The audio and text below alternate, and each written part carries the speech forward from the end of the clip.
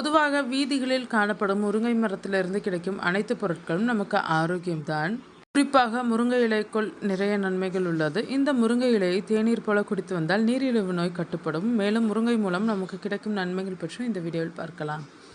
முருங்கை மரத்தின் இலைகள், பூக்கள், காய்கள் என எல்லாமே மருத்துவ குணங்கள் கொண்டவை. முருங்கைக்கீரையின் சாறு நம் இரத்த அழுத்தத்தை சரியான அளவில் வைத்திருக்கும் ஆற்றல் கொண்டது. மேலும் மனப்பதற்றத்தை தணிக்கவும் இந்த முருங்கை வல்லதாம். மேலும் சிலருக்கு சர்க்கரை நோய் இருக்கும். இந்த நோயாளிகளுக்கு முருங்கை போன்ற மாமருந்து இந்த உலகில் வேறில்லை.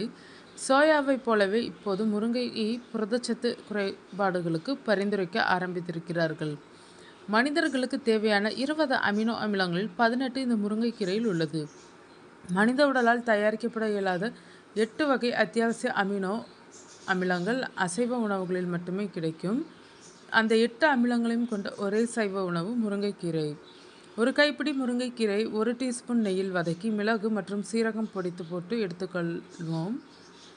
இதை தினமும் காலையில் சூடான சாதத்தில் பிசைந்து சாப்பிட நம் உடலில் ஹீமோகுளோபின் அளவு பல மடங்கு அதிகரிக்கும். மேலும் சிலருக்கு குழந்தையின்மை பிரச்சனை இருக்கும். இந்த பிரச்சனைக்கு முருங்கைக்கீரை மட்டுமின்றி முருங்கைப்பூவும் மருந்தாக பரிந்துரைக்கப்படுகின்றது.